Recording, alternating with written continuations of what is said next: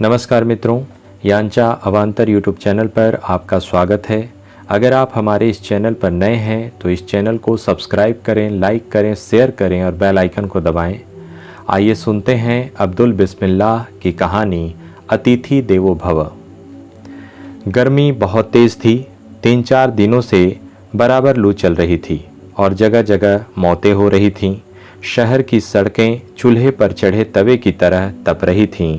बड़े लोगों ने दरवाज़ों पर खस की टट्टियाँ लगवा ली थीं और उनके नौकर उन्हें पानी से तर कर रहे थे। दुकानों पर पर्दे गिरे हुए थे। पटरी पर बैठने वाले नाई, खुमचे वाले और लॉटरी के टिकट बेचने वाले ओवर ब्रिज के नीचे पहुंच गए थे और शाम होने का इंतज़ार कर रहे थे। रिक्शे में लोग इस तरह दुबक कर बैठे थे मानो शरीर का कोई अंग अगर निकलेगा तो वह जल जाएगा। प्रायः सभी के रुमाल पसीना पोंछते पोंछते काले हो गए थे। देहात के लोग तो अपने चेहरों को मोटे तौलिए या गमछे से इस तरह लपेटे हुए थे कि दूर से वे डाकू जैसे दिखाई पड़ते थे। पैदल चलने वाले लोगों ने अपने सिर पर छाता नहीं तो अपना बैग ही रख लिया था। किसी किसी ने तो रुमाल को ही सिर पर बांध लिया था। ठेलों पर बिकने वाला पानी 5 पैसे गिलास से बढ़कर 10 पैसे के भाव हो गया था। इस तरह गर्मी ने उस शहर की समाज व्यवस्था और अर्थव्यवस्था को पूरी तरह अपनी गिरफ्त में ले लिया था। लोग आज़ाद होते हुए भी गुलाम थे और मज़े की बात यह कि वे गर्मी का कुछ बिगाड़ नहीं सकते थे। अतः लू से बचने के लिए उन्होंने अपनी जेबों में प्याज की छोटी छोटी पोलियां रख ली थीं और शुक्र मना रहे थे। एक छोटा सा प्याज सलमान साहब की जेब में भी था। इसे उनकी बीवी ने चुपके से रख दिया था। सलमान साहब को हालांकि इस बात का पूरा पता था, पर वे यही मानकर चल रहे थे कि प्याज के बारे में उन्हें कुछ नहीं मालूम और अपने इस विश्वास पर वे डटे हुए थे कि लू का प्याज से कोई संबंध नहीं होता। सलमान साहब अपना सूटकेस उठाए छन छन करती सड़क पर बढ़ते जा रहे थे। हालांकि उनकी इच्छा हो रही थी कि अपने सिर पर औरों की तरह वे भी रुमाल बांध लें या तौलिया निकालकर चेहरे के इर्द गिर्द लपेट लें, पर असुविधा के ख्याल से वे ऐसा नहीं कर पा रहे थे। इसके अलावा उन्हें इस बात की उतावली भी थी कि जल्दी से वे मिश्री लाल गुप्ता के निवास पर पहुंच जाएं।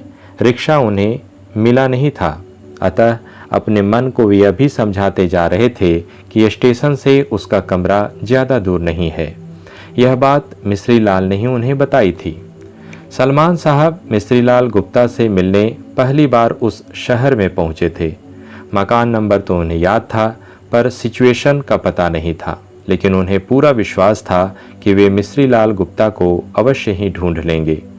मिश्री लाल गुप्ता सलमान साहब के पड़ोस का एक ऐसा लड़का था जो कस्बे भर में अपने क्रांतिकारी विचारों के कारण मशहूर था।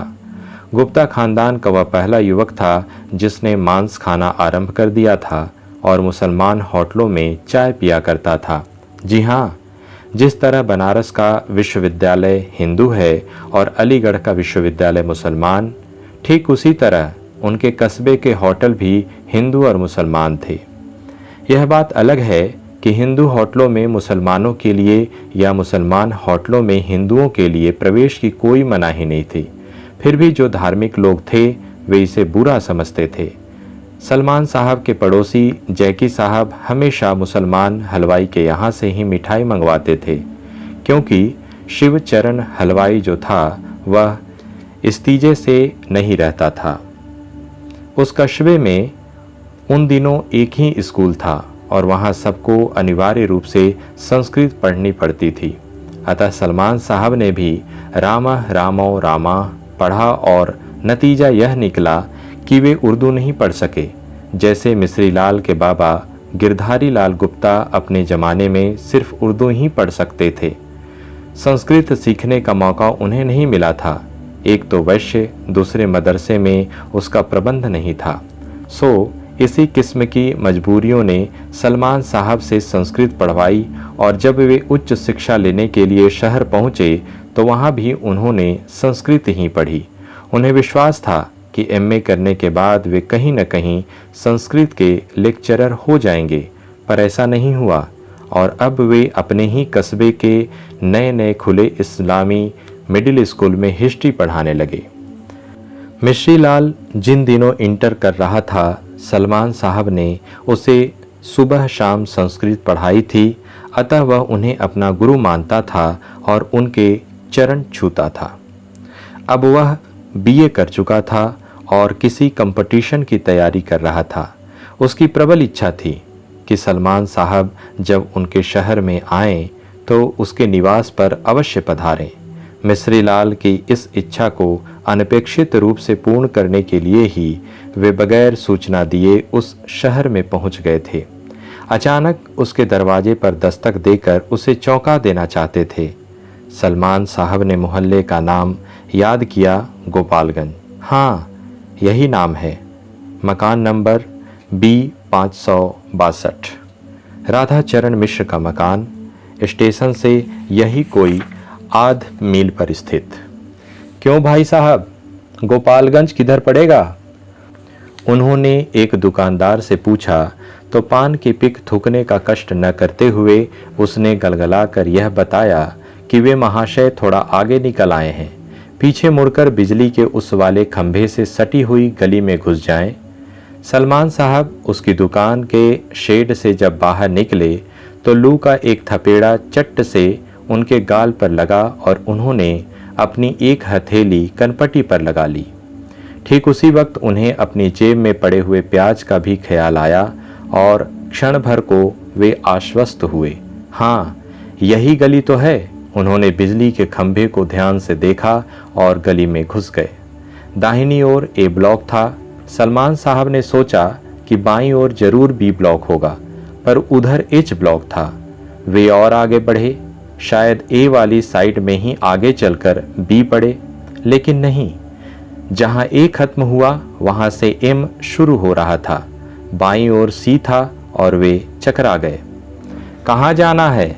एक सज्जन सड़क पर चारपाई निकालकर उसे पटक रहे थे और नीचे गिरे हुए खटमलों को मार रहे थे। उन्होंने उनकी बेचैनी को शायद भांप लिया था। सलमान साहब ने खुद अपने जूते से खटमल के एक बच्चे को मारा और पूछा, यह B562 किधर पड़ेगा? ओ, मिश्र जी का मकान, वह पुराने गोपालगंज में है। आप इधर से चले जाइए और आगे चलकर मंदिर के पास से दाहिने मुड़ जाइएगा, वहाँ किसी से पूछ लीजिएगा। सलमान साहब ने उन्हें धन्यवाद दिया और चल पड़े।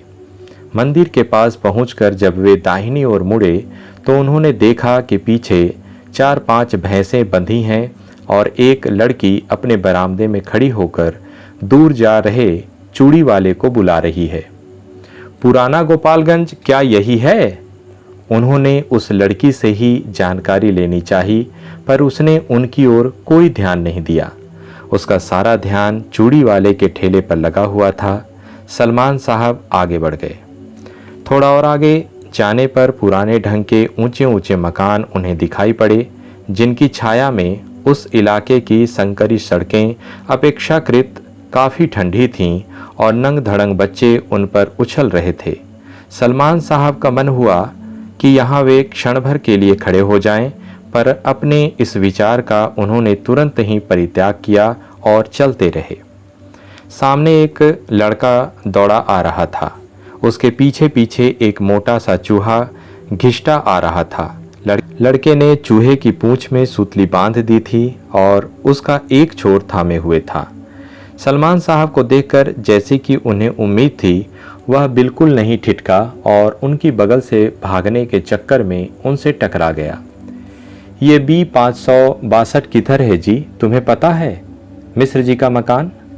लड़के ने उनकी ओर उड़ती सी नज़र डाली और एक मकान की ओर संकेत करता हुआ भाग गया। उसके पीछे पीछे चूहा भी घिसटता हुआ चला गया। सलमान साहब ने एक ठंडी सांस ली और उस विशालकाय इमारत के सामने जाकर खड़े हो गए। वहाँ बाहर ही 2 औरतें चारपाई पर बैठी थीं और पंजाब समस्या को अपने ढंग से हल करने में लगी हुई थीं। अरे बिट्टन की अम्मा, वो तो भाग मनाओ कि हम हिंदुस्तान में हैं। पंजाब में होती तो न जाने क्या गत हुई होती। राधाचरण मिश्र जी का मकान यही है? स्त्रियां चारपाई पर बैठी रहीं, जबकि सलमान साहब ने सोचा था कि वे उठ खड़ी होंगी, जैसा कि उनके कस्बे में होता है, लेकिन यह तो शहर है। मिस्र जी यहाँ नहीं रहते, वे जवाहर नगर में रहते हैं, यहाँ सिर्फ उनके किराएदार रहते हैं। एक स्त्री ने उन्हें जानकारी दी और खामोश हो गई। क्या काम है? दूसरी ने पूछा और अपना सिर खुजलाने लगी। उनके मकान में एक लड़का रहता है, मिस्रीलाल गुप्त, उसी से मिलना था। ऊपर चले जाइए, सीढ़ी चढ़कर दूसरा कमरा उन्हीं का है, उस सिर खुजलाने वाली औरत ने बताया और खड़ी हो गई। सलमान साहब भीतर घुस गए। वहाँ अंधेरा था और सीढ़ी नज़र नहीं आ रही थी। थोड़ी देर तक खड़े रहने के बाद उन्हें कोने में एक नल दिखाई पड़ा। फिर सीढ़ी भी दिखने लगी और वे संभल संभल कर ऊपर चढ़ने लगे। इस बीच उन्होंने अनुमान लगाया कि मिस्रीलाल सो रहा होगा और दरवाज़ा खटखटाकर उसे जगाना पड़ेगा। वह हड़बड़ा कर उठेगा और सिटकिनी खोलकर आंखें मलते हुए बाहर देखेगा, फिर सामने उन्हें पाकर चरणों पर झुक जाएगा। कौन? सीढ़ियां खत्म होते ही इस पार से किसी स्त्री का प्रश्न सुनाई पड़ा और वे ठिठक गए। मिस्रीलाल जी हैं क्या? थोड़ा ठहरिए, उस स्त्री ने जरा सख्ती के साथ कहा और सलमान साहब को लगा कि स्त्री किसी महत्वपूर्ण काम में लगी हुई है। वे बिना किवाड़ों वाले उस द्वार के इस पार खड़े हो गए और कुछ सोचने लगे। तभी उन्होंने देखा कि अधेड़ वय की गोरी सी औरत मात्र पेटीकोट और ब्रेसियर पहने बरामदे से भागकर सामने वाली कोठरी में घुस गई और जल्दी से साड़ी लपेटकर ब्लाउज का हुक लगाती हुई बाहर निकल आई। आइए, उसने सलमान साहब को पुकारा तो वे इस प्रकार भीतर घुसे जैसे उन्होंने उस स्त्री को अभी थोड़ी देर पहले भीतर घुसते हुए देखा ही नहीं है। स्त्री ने भी शायद यही सोचा और इत्मीनान से खड़ी रही। सलमान साहब ने देखा कि बरामदे में बने परनाले के मुहाने पर एक उतरी हुई गीली साड़ी पड़ी है और जय साबुन की गंध पूरे माहौल में भरी हुई है। मिस्रीलाल जी बगल वाले कमरे में रहते हैं, पर वे हैं नहीं, सुबह से ही कहीं गए हुए हैं। आप कहाँ से आ रहे हैं? बैठिए। स्त्री ने अत्यंत विनम्रता के साथ यह सब कहा और एक बसखट बिछाकर भीतर घुस गई। थोड़ी देर बाद वह एक तश्तरी में गुड़ और गिलास में पानी लिए हुए बाहर आई और बसखट पर तश्तरी रखकर खड़ी हो गई। पानी पी लीजिए, आज गर्मी बहुत है। इतना कहकर उसने अपनी उतरी हुई साड़ी की ओर देखा और न जाने क्या सोचकर पानी रखकर फिर भीतर घुस गई। अब की वह ताड़ का एक पंखा लेकर लौटी और उसे भी बसखट पर रख दिया। सलमान साहब ने गुड़ खाया, पानी पिया और पंखा लेकर उसे हल्के हल्के डुलाने लगे। मिस्रीलाल कहीं बाहर तो नहीं चला गया है? बाहर तो नहीं गए हैं, शहर में ही होंगे, कहीं पिक्चर विक्चर गए होंगे या किसी दोस्त के यहाँ चले गए होंगे। रोज तो कमरे में ही रहते थे, आज ही निकले हैं बाहर। सलमान साहब ने घड़ी देखी, 3 बज रहे थे। उन्होंने थकान का अनुभव किया और बसखट पर थोड़ा पसर गए। स्त्री फिर भीतर से तकिया ले आई। आप थोड़ा आराम कर लें, गुप्ता जी शाम तक तो आ ही जाएंगे। स्त्री ने उनके सिरहाने तकिया रखा और अपनी गीली साड़ी बाल्टी में रखकर नीचे उतर गई। सलमान साहब जब लेटे तो जेब में पड़ा प्याज उन्हें गड़ने लगा और उन्होंने उसे बाहर निकालकर चारपाई के नीचे गिरा दिया। थोड़ी देर बाद उन्हें नींद आ गई। नींद में उन्होंने सपना देखा कि उनके स्कूल में मास्टरों के बीच झगड़ा हो गया है और पीटी टीचर सत्यनारायण यादव को हेडमास्टर साहब बुरी तरह डांट रहे हैं। सलमान साहब उनका पक्ष लेकर आगे बढ़ते हैं तो सारे मास्टर उन पर टूट पड़ते हैं। उनकी नींद टूट जाती है। वे उठकर बैठ जाते हैं। लगता है रात हो गई है। भीतर एक मटमैला सा बल्ब जल रहा है जिसकी रोशनी बरामदे में भी आ रही है। बरामदे में कोई बल्ब नहीं है। भीतर से आने वाली रोशनी के उस चौकोर से टुकड़े में ही एक स्टोव जल रहा है और स्त्री सब्जी छौंक रही है। जहाँ दोपहर में जय साबुन की गंध भरी हुई थी, वहीं अब जीरे की महक उड़ रही है। मिस्रीलाल नहीं आया अभी तक? अरे अब हम क्या बताएं कि आज वे कहाँ चले गए हैं। रोजाना तो कमरे में ही घुसे रहते थे। उस स्त्री ने चिंतित मन से कहा और स्टील के एक गिलास में पहले से तैयार की गई चाय लेकर उनके सामने खड़ी हो गई। अरे आपने क्यों कष्ट किया? इसमें कष्ट की क्या बात है, चाय तो बनती ही है शाम को। सलमान साहब ने गिलास थाम लिया। स्त्री स्टोव की ओर मुड़ गई।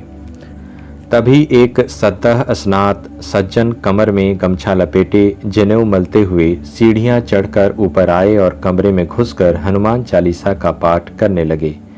जीरे की महक के साथ साथ अब अगरबत्ती की महक भी वातावरण में तैरने लगी। सलमान साहब ने भीतर झांक कर देखा तो पाया कि उस कमरे में पूरी गृहस्थी अत्यंत सलीके के साथ सजी हुई थी और दीवारों पर राम, कृष्ण, हनुमान, शंकर, पार्वती, लक्ष्मी और गणेश आदि विभिन्न देवी देवताओं के फोटो टंगे हुए थे। वहीं एक और लकड़ी की एक तख्ती लगी थी जिस पर लिखा था Ram Manohar Pandey, assistant telephone operator. वे सज्जन अपने दाहिने हाथ में अगरबत्ती लिए, बाएं हाथ में दाहिने हाथ की टिहुनी थामे सभी तस्वीरों को सुगंधित धूप से सुवासित कर रहे थे और बीच बीच में गीता के कुछ श्लोक भी सही गलत उच्चारण के साथ बोल जाते थे। छत पर एक गंदा सा पंखा अत्यंत धीमी चाल से डोल रहा था। स्त्री ने सब्जी पका ली थी और अब वह रोटियां बना रही थी। सलमान साहब की इच्छा हुई कि अब वे वहाँ से चल दें और किसी होटल में ठहर जाएं।